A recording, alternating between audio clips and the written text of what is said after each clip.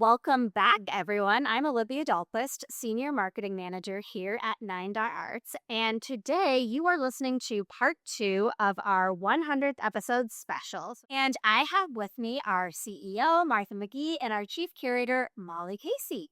Hey, you two. So last episode we learned about your founding story and we did a fun little rapid fire Q&A, but today I want to kind of dig into some of the audience questions that we received, starting with some questions about the value of art and when to kind of bring it into a project. So someone wrote in and asked, at what point in my project should my team start thinking about art and what happens if we wait too long? You should start thinking about art the second you start thinking about your budget for the whole project. I mean, it should be a line item in your budget, not part of your FF&E. But it should be thought about when you're bringing on an architect and an interior designer. You should also be thinking about bringing in an art expert. That's the same time because those three disciplines together should be in collaboration from the beginning. And I should also mention branding or marketing strategies as well. But sometimes those get hired on a little bit later. But truly with interior design and architecture, art should be part of that early integration as well, so that you get uh, the full picture of how this space can come together with art at the forefront as opposed to an afterthought. Mhm. For sure.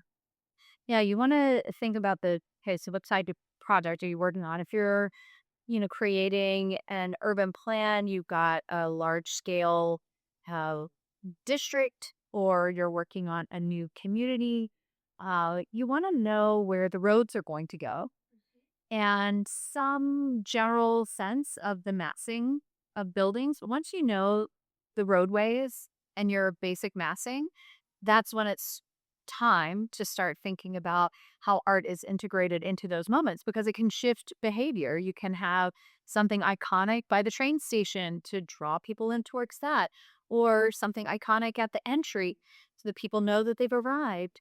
Or spaces that are going to be festival streets could have, smaller, more human scale installations that slow you down to enjoy everything around you and spend more time at the retail and the restaurants.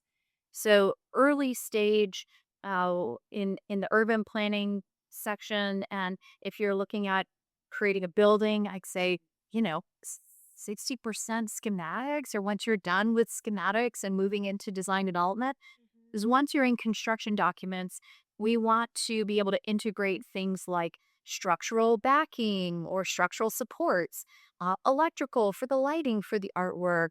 So, really, before you get into CDs, if you're already there, it's cool. We'll figure it out with you, but you'll save money and get a greater impact if you're able to plan ahead. Total. And there's just those efficiencies that kind of streamline decision making down the road because people really have a grasp of the art vision early on, right? And then you're preventing costly change orders if something needs to get switched around. So I think that early integration is just so important. Well, and the other part of that, like thinking of a change order, right, in your construction, all of a sudden you've got this unexpected cost to create something, a space, or it's something necessary for structure for an art piece that you love. I'm also thinking about the possibilities, right? So, like, we did this beautiful high-end luxury apartment building in the Golden Triangle here with Cortiera called Citizen. And we got, working early at the process, and we knew there was going to be something hanging in the lobby. So we were able to, at the very beginning, while the building was being built, know that this is the general area where something's going to hang. So let's put in, you know, 9 or 10 hanging points. You don't necessarily know exactly what the art's going to be, but now we've got the possibility to use a ton of different artists because we've got a nice spread of hanging points that are safe and we can attach to, that are built into the actual foundation of that second story floor. So then we kind of have, whatever opportunity we want. And we were able to hang an actual real life excavation arm. Like that weighs a lot from the ceiling. And it's because we integrated that so early. Yeah. So we wouldn't, all of a sudden you build that building and you're like, oh, we need something hanging there. Well, now we're limited by weight, by attachment points, by where the lights may be landing, or maybe what fire code, right? So if we're doing this early on, the opportunities are vast. The the door starts to close the longer you wait in terms of what your choices and your options are. The longer you wait, so it just limits what you could do. It's not to say you can't find out days in work still. Um, it's just less less availability. Sure. So, on that note, thinking about budget, how should teams think about budgeting for art? Should it be a percent of construction cost, cost per key? What kind of guidance do you give folks around budgeting for art? Spend $1 million every time. That's add a zero or two. I mean, if everybody could spend a percent, like a 1% of their construction costs, then we would have amazing art everywhere all the time. I think that's really a standard across public art programs, which is amazing and does so much. And those public art programs that are out there that are due 1.5 or 2%, kudos to you. Has obviously inflation happens and that happens everywhere, even in Mirabeau. But I think when developers, especially in the private sector, are thinking about how to budget for art, um, looking at a cost per square foot is something that feels, I think, attainable and sort of something you're already doing. So, if you're around $3 a square foot, you're going to be able to get a decent collection with some originals in the really high traffic, high impact areas, some um, prints and some maybe less expensive uh, fine art on paper works to fill in the other spaces. So it can create like a diverse uh, offering and still be able to have an affordable budget. I think what we run into more and more is just our budgets getting lumped into FF&E budgets and not being able to pull those out and knowing really what those are. And then it's sort of like after all the FF&E is picked, the art bucket's sort of the leftover, but everybody wants the art to be amazing, and so it's like if you can think about it ahead of time, pull it out early on, um, and I would say be flexible too, because you might fall in love with something and you wanna have a little contingency that you could put towards a piece that really could make like, change a space. Hmm. When you're thinking about building a budget, it can be intimidating, or you're just going to throw in a number because you just need to put something on the line item. Don't hesitate to reach out to us. We help people build budgets all the time, all over the world for any type of project that you're working on. We've been fortunate enough to have completed thousands of real estate developments across the United States and beyond, ranging from multifamily, hospitality, healthcare, aviation, arenas, master planned communities, public art for cities. And so the breadth that we've seen and the regions that we've worked in get us this massive database that we can pull from to create comps for your project. So, here's what my peers are spending on a similar scale project with X many rooms in this region of the US at this luxury scale or not. Or for a B class office, what someone would do for that kind of building. We can help you build those budgets. Don't hesitate to ask. That's a free service. Not as some things that reason. We're not going to pay for us to help you. But we want, even if you don't work with us, we want you to have the right budget because you're going to be so much happier at the end. Yep. And more artists will get hired. So exactly. Well, to give a little context to what you're saying, I want to play kind of a hypothetical budget game. Okay. So, say you are working on a new sports arena. There's going to be some team. I'm not a sports gal, so some team, think of something. Curling. And there's going to be amazing concourse there, right? You've got $1 million. You've got $1 million for the interior of the arena. How are you kind of allocating that across, key commissions versus, prints or licensed artworks? Tell me how you go about thinking around that. Okay, I want to speak to the arena piece. You said $1 million for an arena, correct? Correct. Okay, a ton of money. So else, and this is another thing I actually want to touch on the budgeting piece for a small minute. we will, I know I said add a zero or whatever, and that's somewhat in jest.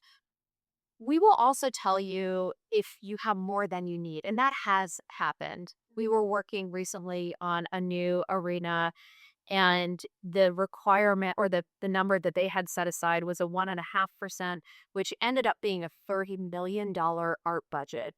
And with all honesty, we could say, you really probably need more like 5 million for this. 30 is it's just not necessary, and you'll probably overspend if you try to do, these kind of few number of locations with $30 million. So, we will also shoot you straight if you've got too high of a number in there too.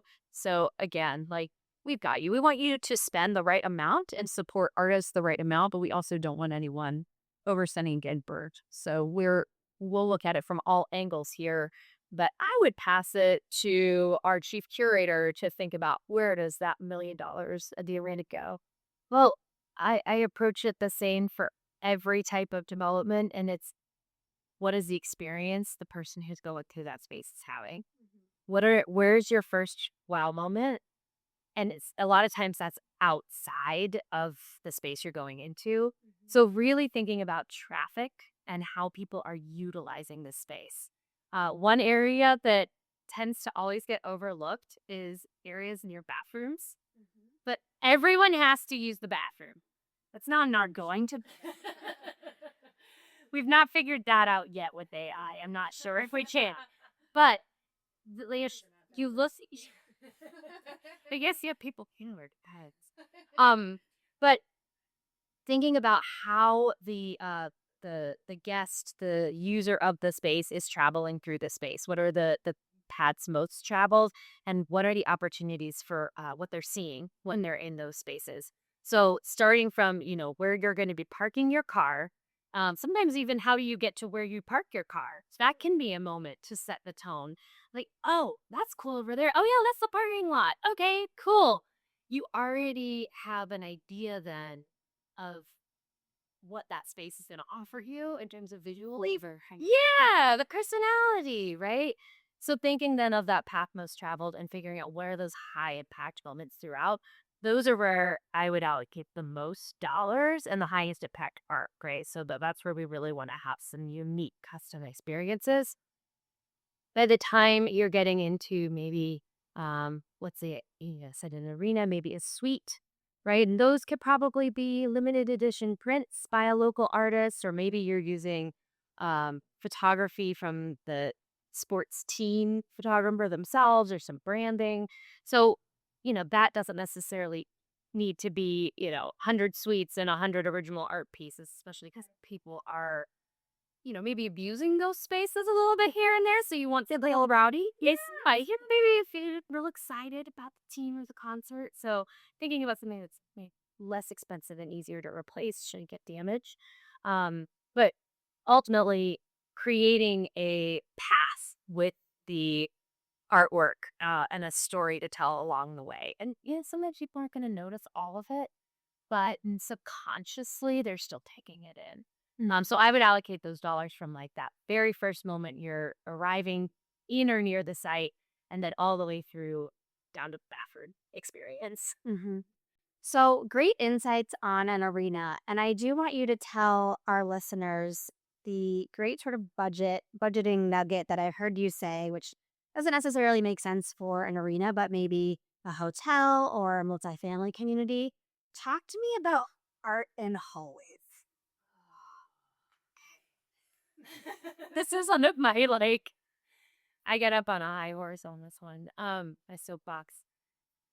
Have amazing design in your corridors. Like paint and lighting can do so much to create an atmosphere, a vibe, a look and a feel, and make a hallway and a corridor break up in a way that it doesn't feel so long um, or monotonous.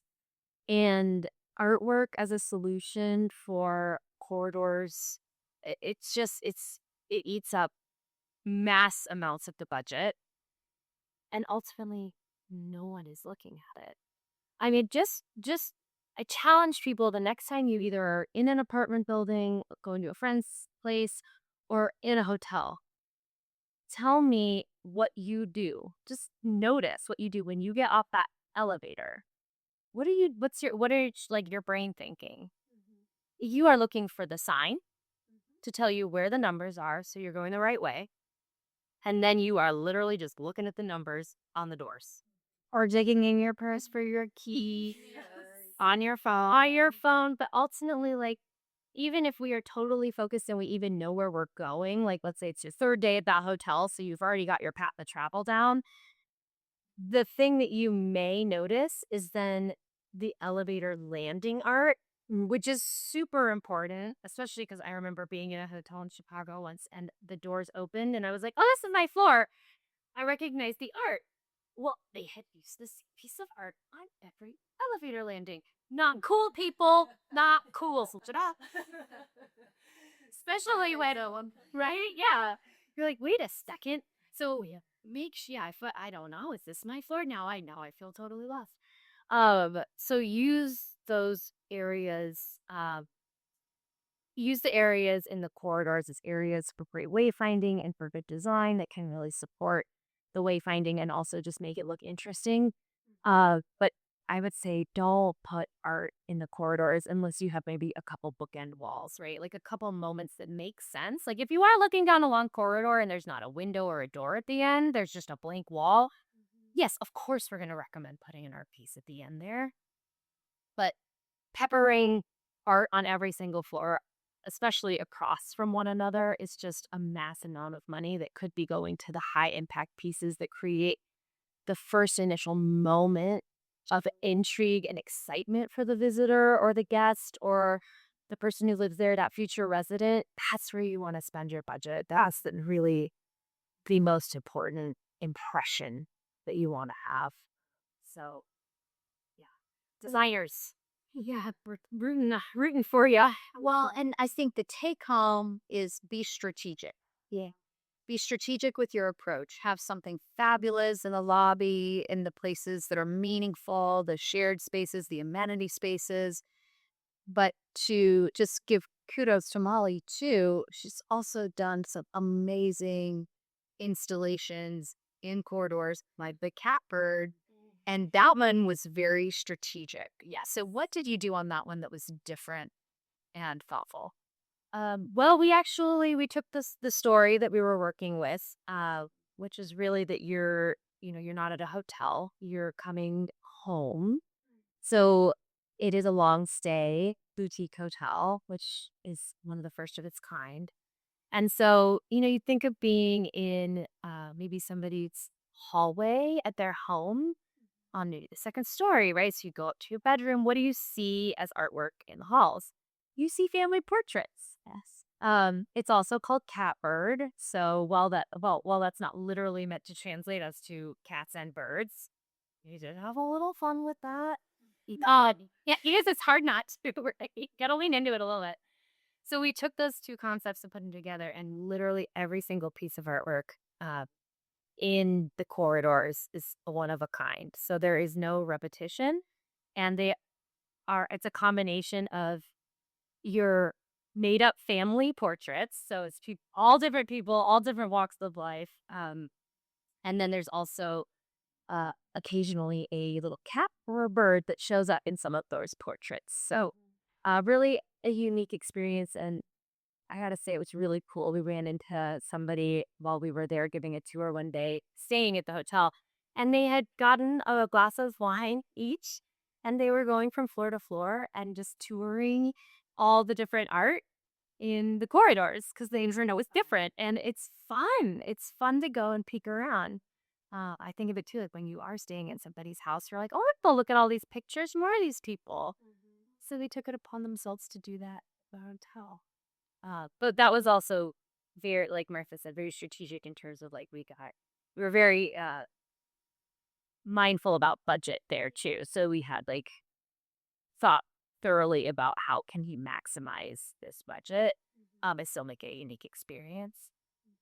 So yeah, worked out well. Just remembering that one. That was, I mean, that's a great one. It's fine. Yeah. Okay, so moving a bit to process and implementation, what is one mistake that you see teams make during implementation that's totally avoidable? Trying to put art and signage in the same location.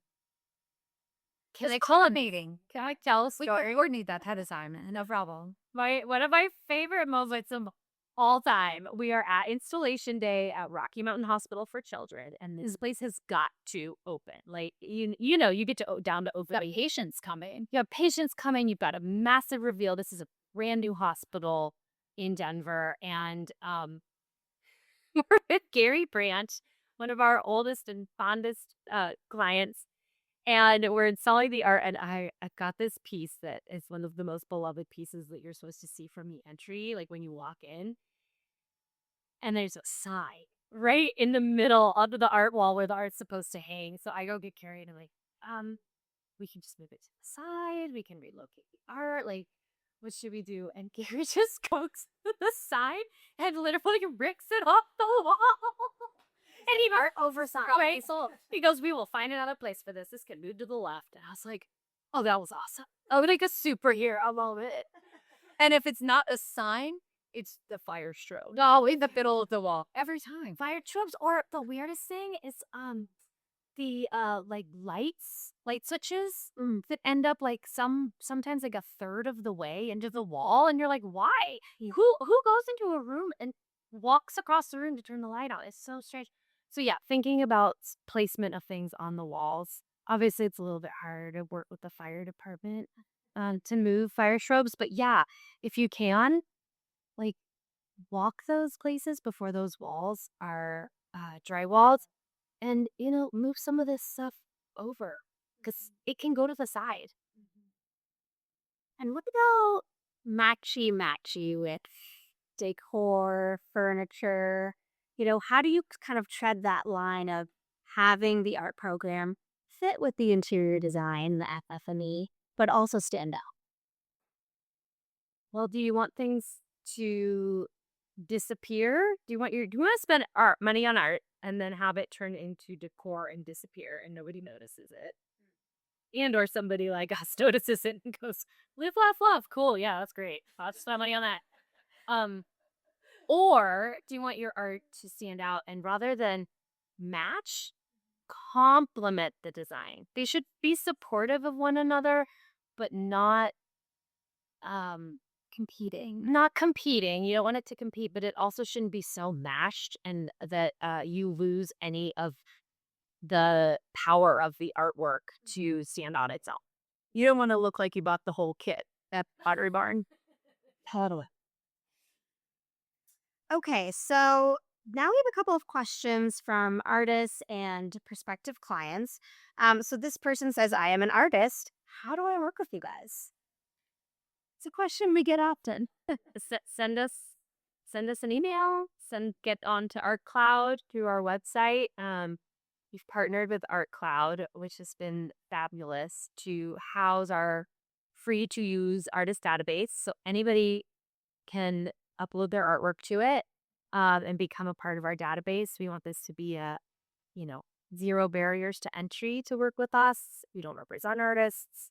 And we always are looking for new talent. So reach out, introduce yourselves, get yourself on Art Cloud, your work on Art Cloud, and keep us updated. I think that's one of the things that I find is incredibly helpful is we do know so many artists and we work with a lot of folks and we're always looking for new things.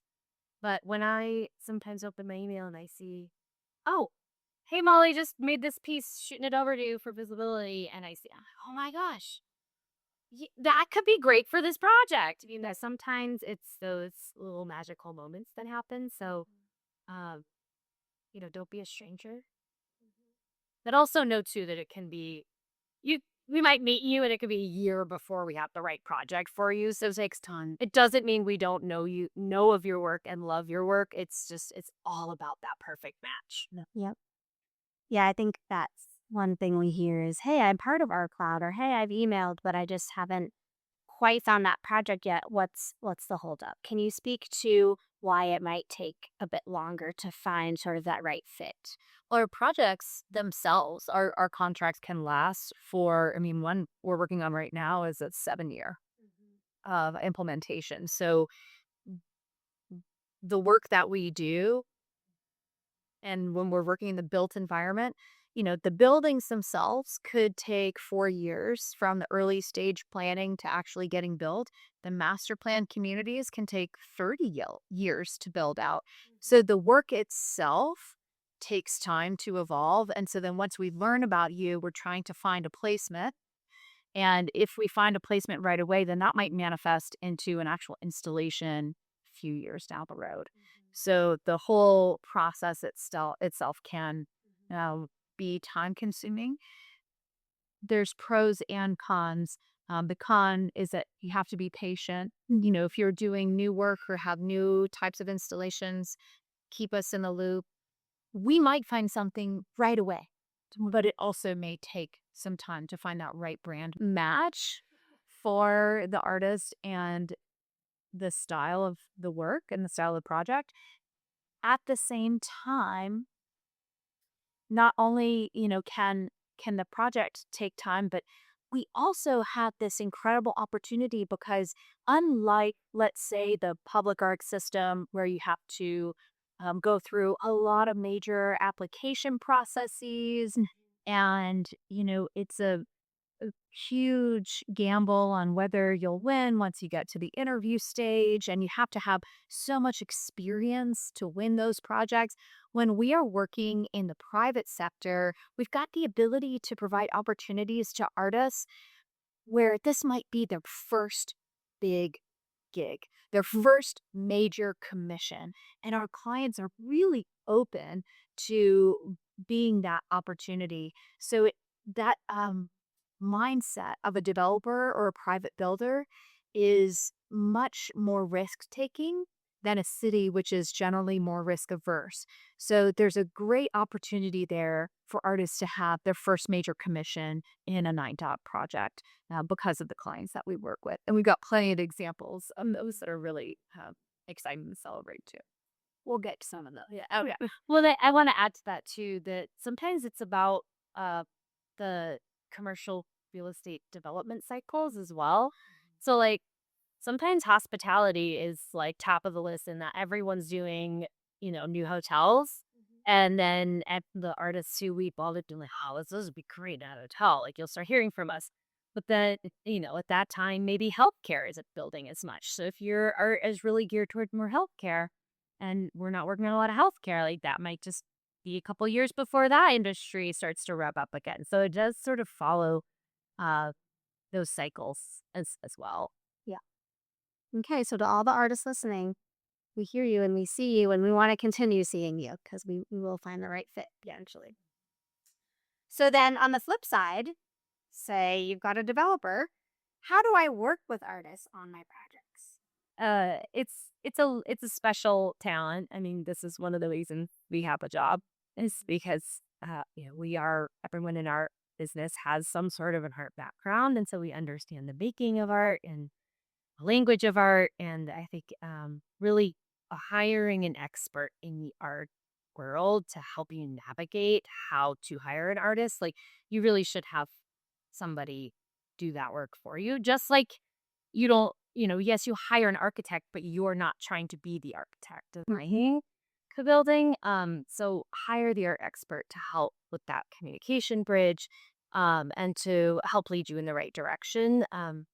Because it's not an easy thing to navigate, especially if you haven't done it before. It can be frustrating and tricky. And we already know a lot of artists, but also if you have an artist specifically you want to work with, like we can have those conversations and do all that work for you, and other art experts out there as well.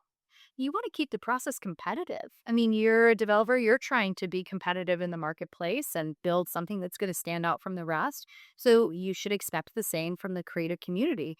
And when you hire an art consultant, they should be doing that for you, creating a competitive process, going through a number of artists to find the right match, not necessarily just the easy button of someone's friend. That happens to be connected. You really want to explore your options to make sure you find the right artist who matches the style, the brand, the vibe, the budget, the location you're working for, the schedule. the contract terms. Yeah. And how about this idea of, not holding the artist's paintbrush, if you will? Mm. Ah, it's a big sign for me. There's always with a commission, right? Specifically is in this case, there's always collaboration between the client and the artist and like how do we, respond to an artist's initial idea, but not dictating what the artist's vision should be. I think it's a very delicate balance because it's very easy to go down the road of like, well, I like that pink, but I want it to be darker pink. And you're like, okay, now we're getting a little in the weeds. But really allowing the artist to create and like react to the vision and the goal and create their first initial proposal and then sure react to it give some feedback about why you like it and what could be improved, but don't have an expectation that then this artist is going to go out and execute that exactly the way that you have it in your brain. It's not the artist isn't a fabricator per se, where they're executing something that maybe you've generated off of AI. They're an artist. It's a creative process. So allowing some of that artistic freedom and license to come through is what's going to get you the best artwork at the end of the day, especially because there's passion behind it. The more you try and grip that paintbrush for the artist, the more you kill their spirit. And I know that sounds intense, but it's true. And the less passion and commitment you have from the artist because of that, the worse the piece is going to be. Like it's not that's the thing that's so beautiful about artwork is there's a passion and an energy from the artist side. And if you're crushing that, that is gonna get lost, and you won't like the piece at the end of the day, even if it looks exactly like what you wanted. Total.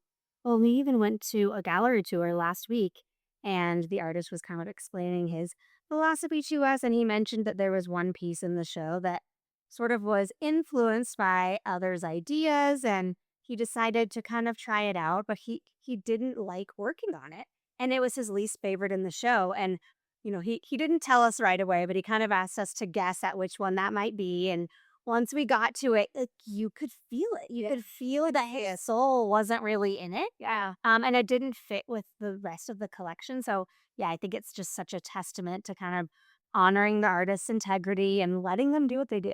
Yeah.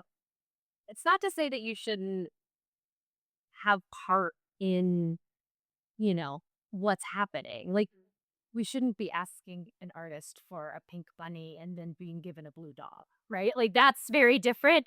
So let's be clear about what the goals of the art piece are, but not hoping to. Yeah. Start with a rendering or sketch. And that gets approved by the client. And then once the work is moving into creation, you do check ins at 30%, 60%, 90% completion. We do studio visits along the way. There's no surprises, right? Oh, except at 30%. There's always a surprise. At 30%, it's hard. They're even getting hard. They're like, if I didn't border a hot pink mural, and you're like, that's base layer. So don't think that's layer looks different or whatever. Something different. Base layer is always different. Yeah, but yeah, eliminating the surprise is huge. It helps give more comfort along the way. Yeah. From the client side. Okay, so we're going to start taking us home here. What is the most sort of connect the dots moment that you've seen in a project? Maybe some kind of moment where art really unlocked something greater for the project. I love the hand at the Maven because I feel like it embodies the spirit of the maker, which is what they were trying to do with creating this place at the dairy block. And with the spirit of the maker, they said, we want this to be somewhere where things are handcrafted and you can come and spend the day. You know that things are unique and it embodies these vibes of creativity. And so the hand hanging there, it shows this element of things being actually handmade. It's also open and welcoming to new people who are joining the city and maybe coming in to spend the night at the hotel. It's also created of reclaimed wood. So there's this upcycling component of of that work of the hand that's also shows the creativity of the maker. And overall, it's become one of the most Instagram spots in the entire city. And I think all of those elements just kind of it came together in a way that we didn't even realize when we were working on plan how impactful that installation was going to be. Well, and Andy Torito, the artist, he's blown up, right? If he's doing his day job and he's a full-time artist. Yeah, he's on his first public art commission. Yeah, after that. Yep. It's fair. But I think the type of work now sells for 4 or 5x. Yeah, the math's what we purchased it for at the time. Good for you, Ellen. Yeah, great for him. No, that's what I want to see. I love when we work with an artist, similar to what you just explained at the Maven, and then folks come back to us, like other potential new clients, and say, I want that, but different. I want that from my project.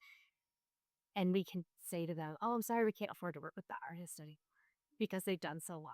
Like that is What a the great problem. happiest moment for us to be like, oh, I'm sorry, that artist is now so is my because of this one piece that we can't do that. Plus, we're never gonna repeat anything anyway. Yeah, it's like keeping searching, keeping to find and wording that are fresh. It might even be the same artist but a new style that they're exploring. Yeah, totally.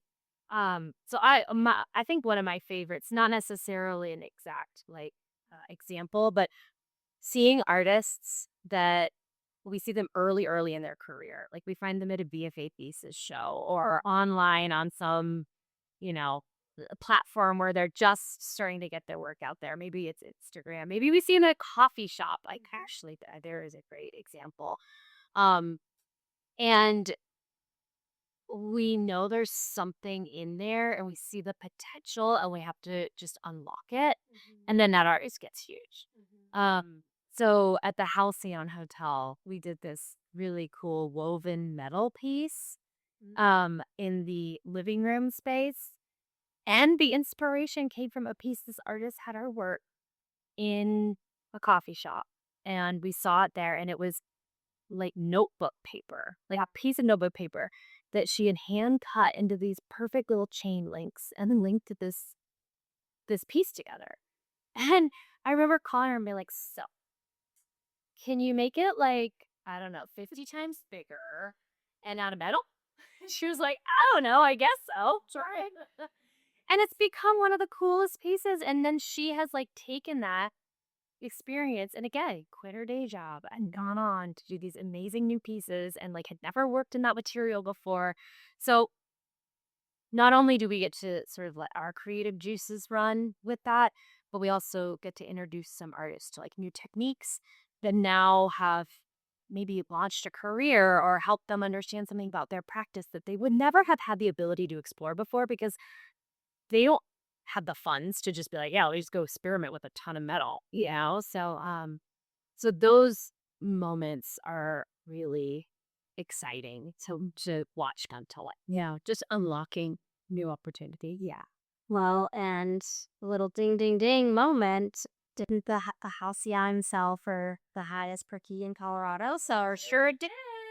There are many things that go into that, but we know that the art and this artist was absolutely part of that. So, okay, well, thank you for your time. We just had one last question, and it is the question we ask all our guests. And that is if you could share a recent experience or moment where you just said, this is why art matters.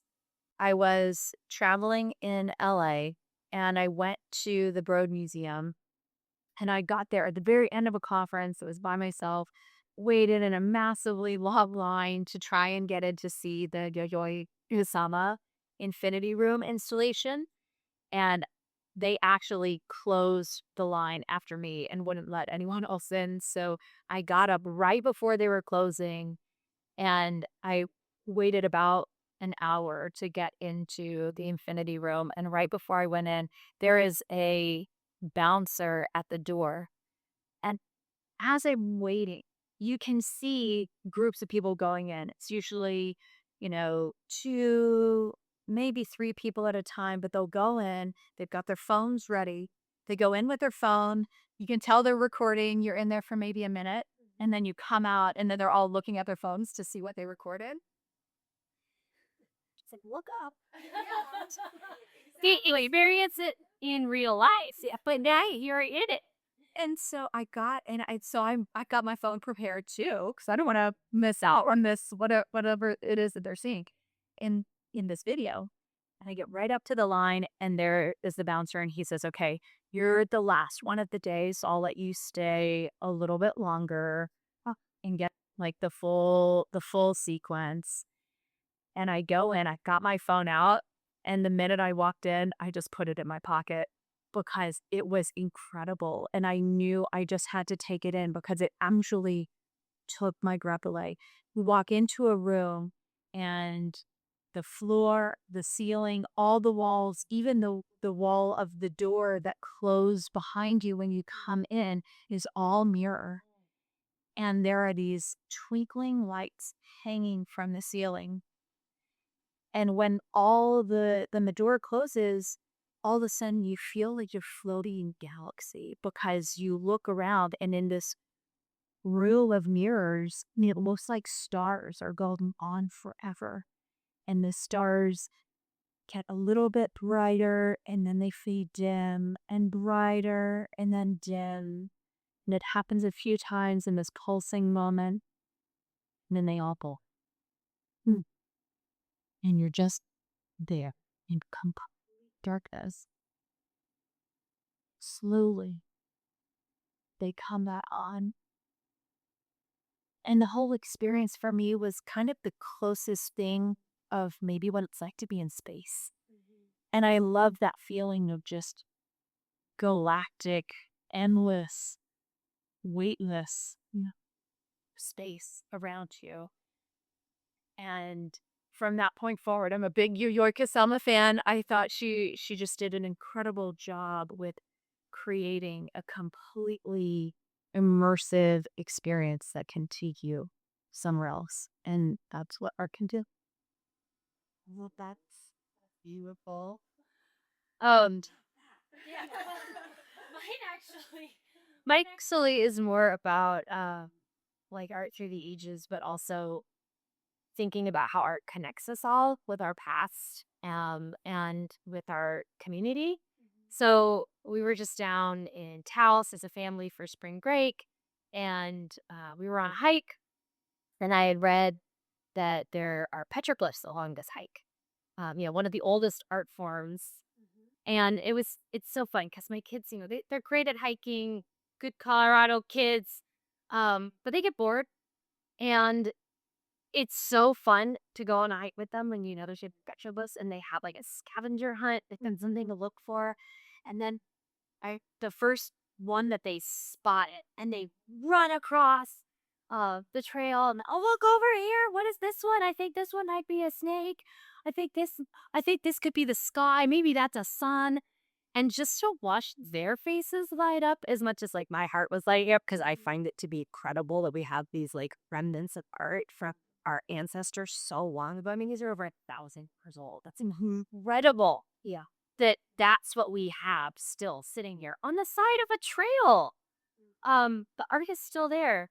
And to watch them, and then for us to connect, and then to be able to talk about history as a part of art, to tell stories about, you know, who created this and why and what they were thinking. There's just so many layers there that there's nothing else that could stand in place of that, to have that connection and that experience.